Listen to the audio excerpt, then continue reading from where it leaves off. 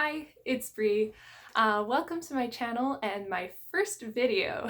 I decided to make a manga YouTube channel because I've been seeing that during quarantine the community has been growing and I wanted to join, so why not?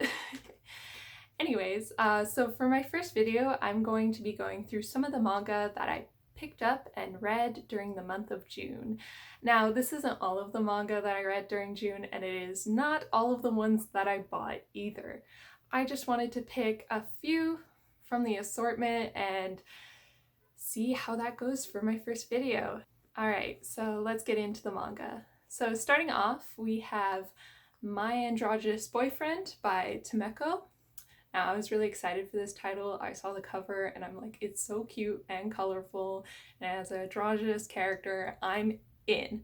Now, it follows two characters who are a couple and they work in the fashion slash influencer industry. It's a really interesting read.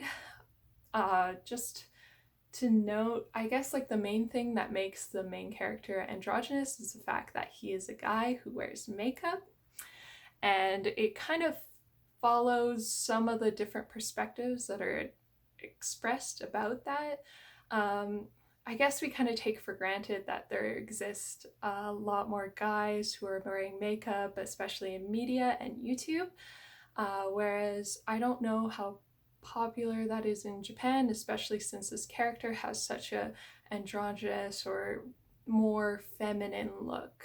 So there are a few comments in here that made me kind of go, such as one comment about someone talking about how he was like so hot and he wore makeup, but he's not even gay. But really, how you express yourself externally doesn't really usually equate your sexuality. So, but again, that's just like kind of like a side comment. I don't think that was the overall commentary of this manga. And overall, I do recommend this manga. It was a really good read. It was really cute. Alright, now on to the next manga. So the next manga that I read and picked up was My Dress Up Darling by Shinichi Fukuda. Sorry, I can't pronounce any names. No matter where in the world you're from, I will pronounce your name wrong. My Dress Up Darling, this manga kind of surprised me. I first read the description on Amazon, but clearly I didn't read it close enough. I just like read the first little bit and I'm like, spicy sweet romance. I'm in. I'm buying it. So I bought it.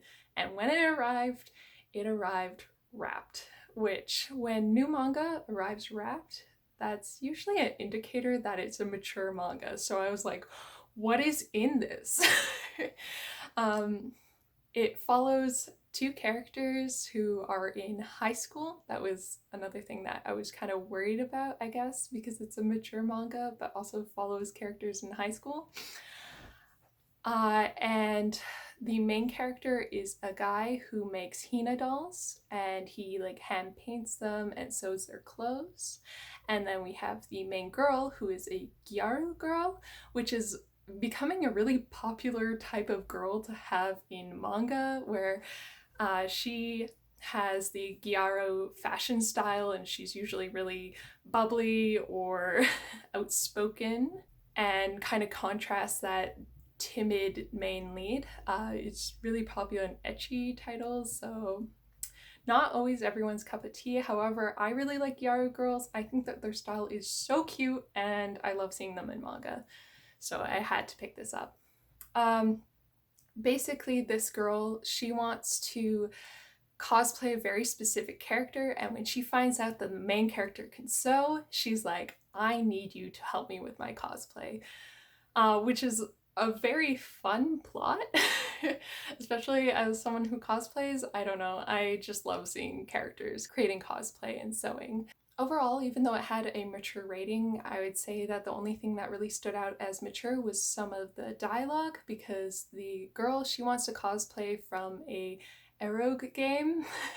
So she talks about like the plot of the game, and there is some speak of what happens in the game. There is also one of those classic ecchi changing scenes. Otherwise, I would say that this title could just as well be older teen, and there wasn't really any overt, explicit sexual content. Overall, I really like this manga. I'm gonna pick up the second one for sure. I thought it was really cute. I can't wait to see how her cosplay turns out. And yeah. So on to the third manga for this month. It is Prince Freya by Keiko Ishihara. Now, this manga, I got it for my birthday from my boyfriend. It is one of those historical shoujo mangas that features like kings and queens, princesses and princes, and I am so into that. This manga had major Requiem of the Rose King vibes. I am so into that.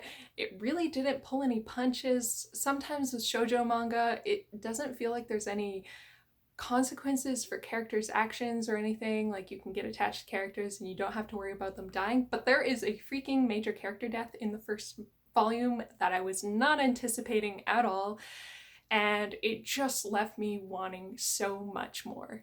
This manga follows a girl who is living in a village who looks exactly like the reigning prince, and the plot kind of goes where she is going to be captured from her village to stand in as a body double for the prince. And she has two childhood friends that are working as knights for the prince, and they kind of swoop in and trying to prevent that. Very interesting read. Loved it. Next volume is coming out very soon. I am so excited. Alright, on to manga number 4.